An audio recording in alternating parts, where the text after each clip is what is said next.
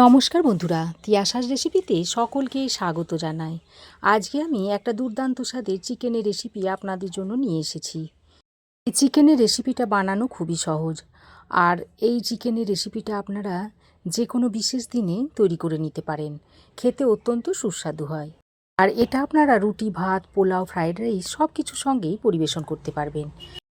তাহলে চলুন আর দেরি না করে রেসিপিটা দেখে নেওয়া যাক। চিকেনের রেসিপিটা তৈরি করার জন্য এখানে আমি 600 গ্রাম মতো চিকেন নিয়েছি, আর চিকেনটাকে মাঝারি সাইজ করে কেটে ভালো করে ধুয়ে নিয়েছি। আমি এই চিকেনের মধ্যে দিয়ে দিচ্ছি পরিমাণ মতো নুন, দিয়ে দিচ্ছি 2 টেবিল চামচ পরিমাণ টক দই। এখানে আমি আদা, রসুন আর কাঁচা লঙ্কা একসঙ্গে পেস্ট করে নিয়েছি, সেগুলো দিয়ে দিচ্ছি 2 চামচ পরিমাণ।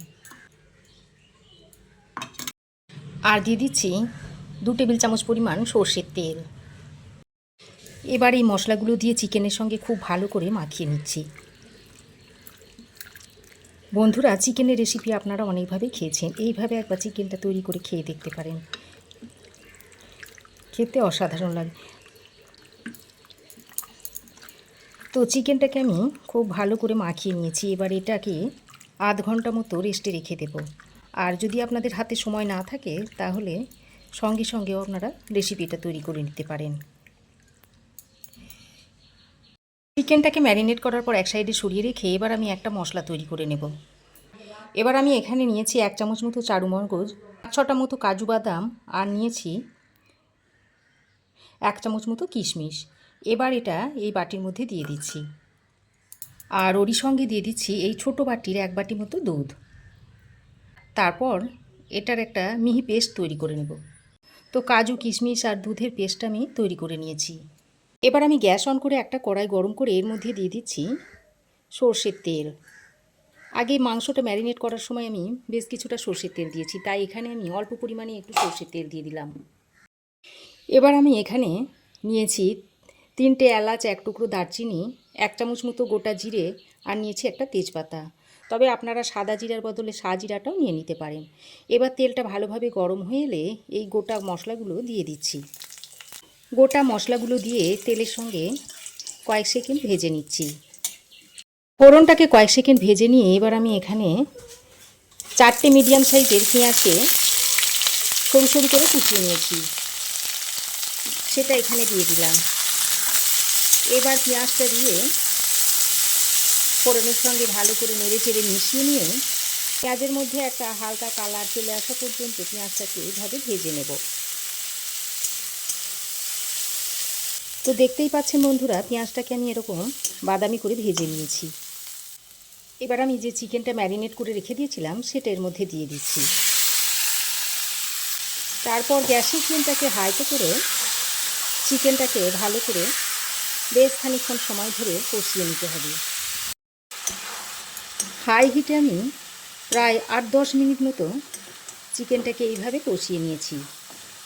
আর দেখুন, চিকেন থেকে বেশ খানিকটা জল ছেড়ে গেছে। এবার আমি এখানে কিছু গুঁড়ো মশলা অ্যাড করব। তো এখানে আমি দিয়ে দিচ্ছি 1/2 চামচ মতো জিরে গুঁড়ো, আর 1/2 চামচ মতো দিয়ে দিচ্ছি ধনে গুঁড়ো, আর দিয়ে দিচ্ছি এই ছোটো চামচের 1 চামচ পরিমাণ চিনি। এই চিনিটা দেওয়ার কারণে মিষ্টি হবে না, কিন্তু চিকেনের কালারটা খুব সুন্দর হবে। এবার জিরে, ধনে আর চিনিটা দিয়ে চিকেনের সঙ্গে খুব ভালো করে মিশিয়ে নিচ্ছি।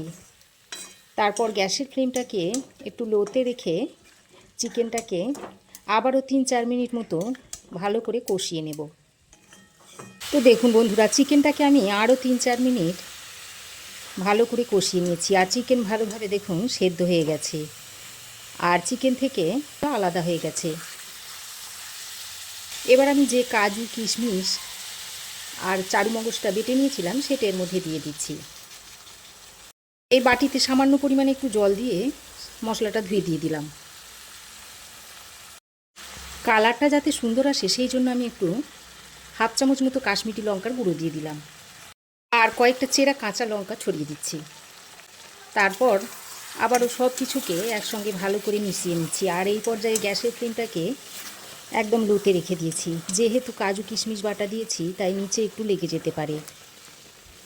তো খুব ভালো করে চিকেনটাকে মিশিয়ে নিয়েছি। এবার গ্যাসের ফ্লেমটাকে মিডিয়ামে করে একটা ঢাকনা লাগিয়ে চিকেনটাকে 8 থেকে 10 মিনিট মতো এইভাবে রান্না করে নিতে হবে। যেহেতু আমি অ্যালুমিনিয়ামের কড়াই রান্নাটা তৈরি করছি, তাই মাঝে মাঝে এইভাবে ঢাকাটা খুলে নাড়াচাড়া করে দিতে হবে, তা না হলে লেগে যাবে কড়াইয়ে। একটু ভালো করে নেড়েচেড়ে মিশিয়ে নিয়ে আবারও ঢাকা দিয়ে রান্না করে নিচ্ছি। তো এইরকম ঢাকা খুলে খুলে আমি আরও 7-8 মিনিট মতো রান্না করে নিয়েছি, আর চিকেনটা তৈরি হয়ে গেছে। আর এই পর্যায়ে যদি আপনাদের নুন লাগে তো নুনটা চেক করে দিয়ে নেবেন। সব শেষে আমি এখানে অল্প পরিমাণে একটু গরম মশলার গুঁড়ো ছড়িয়ে দিলাম। আরও 3-4 মিনিট মতো রান্না করে নিচ্ছি। তো দেখুন আরও 3-4 মিনিট মতো আমি ঢাকাটা খুলে রান্না করে নিয়েছি। দেখুন মশলাটা দেখুন উপরে ভেসে উঠেছে। এই পর্যায়ে আমি গ্যাসের ফ্লেমটাকে বন্ধ করে রেসিপিটা আপনাদের তারপরে সার্ভ করে দেখাবো। এবার আপনারা এই চিকেনটা অনায়াসে সার্ভ করে দিতে পারেন। এটা আপনারা নান, পরোটা, ফ্রাইড রাইস সব কিছুর সঙ্গেই খেতে পারবেন। খেতে খুবই সুস্বাদু হয়। যে কোনো অনুষ্ঠানে আপনারা বা অতিথি এলে বাড়িতে এইভাবে তৈরি করে দিতে পারেন।